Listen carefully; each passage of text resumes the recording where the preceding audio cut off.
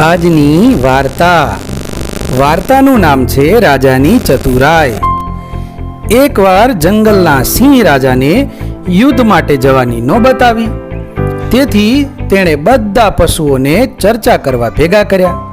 બધી ચર્ચા પૂરી થઈ ત્યારે એક તક સાધુ મંત્રીએ કહ્યું, મહારાજ, ગધેડાને અને સસલાને નોકરીમાંથી કાઢી મૂકો. ગધેડો મૂર્ખ છે ને સસલું બીકણ, તેથી આપને જ મુશ્કેલી પડશે.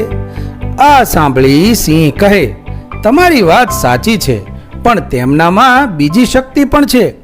ગધેડાનો અવાજ ખૂબ મોટો છે, તેથી તે યુદ્ધ વખતે બ્યુગલ વગાડશે, ને સસલું કેટલી ઝડપથી દોડે છે, માટે તે સંદેશાવાહક બનશે. બરાબર?